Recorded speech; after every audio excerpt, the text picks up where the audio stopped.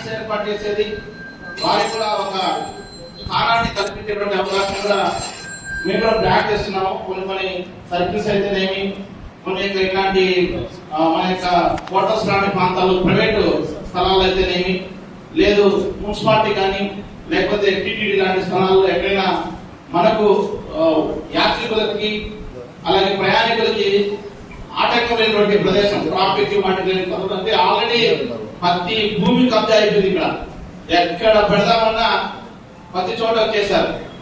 ఎక్కడ మనం ఏదైనా బోర్డు ఆడతామంటే మనకు యాంటీ అయిపోయేటువంటి వాతావరణం ఉండాలి. అయినను మీరు కూడా వెళ్తుంటారు కాబట్టి మీరు పరిశీలించి ఏదైనా అది ప్రైవేట్ ల్యాండ్ ఒక ఓనర్ ఖాళీగా ఉంది అనుకుంటే దాన్ని ఆదుకొని మనం కొన్ని వాహనాలు పెట్టుకునే విధంగా మేము ఆ వాహన యజమానులు కూడా, ఆ బిల్డింగ్ యజమానులు కూడా మాట్లాడి మన స్టాండ్ ఏర్పాటు చేసే ప్రయత్నం చేద్దాం. అలాగే ట్రాఫిక్ అంతరాయం లేకుండా అది పబ్లిక్ ప్లేస్ అయితే మున్సిపాలిటీ వద్ద కూడా మాట్లాడి మన స్టాండ్స్ ఏర్పాటు చేయడానికి మన సాయి శక్తిలో కృషి చేసి చేస్తాం. ఇప్పటికే కొన్ని చోట్ల హోమ్ స్టేస్ దగ్గర మన స్టాండ్స్ ఏర్పాటు చేసుకోవడం జరిగింది. ఇప్పుడు అందరూ టెక్నాలజీ వచ్చేసింది. అంటే మీరు అంటున్నారు ఈ వాట్సాప్ గ్రూపుల్లో మనం ఏదైనా ఒక పార్టీని బుక్ చేసుకోవాలనుకున్నా, లేదు మన యొక్క కార్మిక సోదరుకి, ఆటో సోదరుకి, లేకపోతే మన డ్రైవర్ సోదరుకి ఏదైనా కష్టం వస్తే వెంటనే గ్రూప్ లో వాయిస్ మెసేజ్ పెట్టుకుంటున్నాం. మనం అక్కడ వెళ్ళి వాళ్ళకి ప్రత్యక్షంగా పరోక్షంగా సహాయం చేస్తున్నాం. అలాగే ఏదైనా రెడ్ కార్డు ఇస్తున్నాం. అట్లాగే టెక్నాలజీ వచ్చేస్తుంది. నేను కూడా ర్యాపిడో అనేటువంటి వచ్చేసాయి. దానివల్ల జీవనం కొంతమందికి వస్తుంది, కొంతమంది ఫిజికల్ గా అక్కడ బయట పెట్టిన వాళ్ళకి నష్టం వస్తుంది. అది కొంచెం ఆశ్చర్య వేరే విధంగా ఆలోచన తీసుకోవాలి.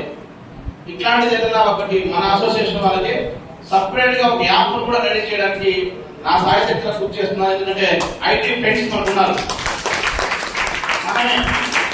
ఆ యాప్ కూడా కాదు, అవసరమైతే ఎన్ఎన్ఆర్నే ఒక యాప్ ని రెడీ చేసుకొని అందులో రిజిస్టర్ అయి ఉంటాం. మనం ఏ పార్టీ వచ్చినా ఇప్పుడు నేను బుక్ చేసుకునేస్తానని చెప్పాల్సి వస్తుంది, తెలిసిపోతాను.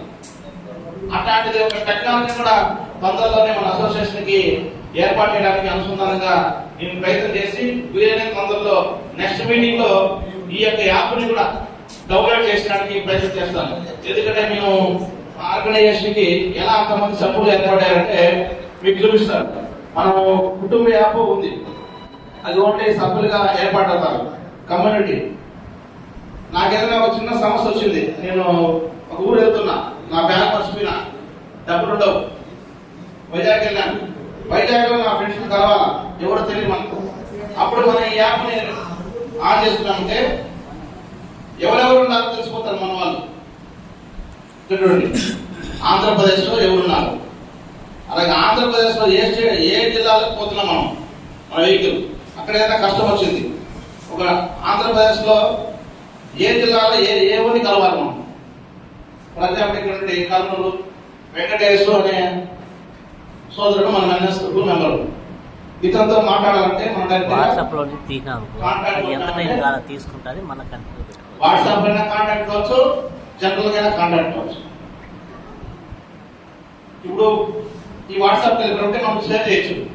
నేను వాళ్ళ దగ్గర వెహికల్ పెట్టుకున్నాను, నాకు ఈ కష్టం వచ్చింది అని చెప్తే అక్కడ మన అసోసియేషన్ ఉన్న వాళ్ళందరికీ అనుసంధానం అయిపోతుంది.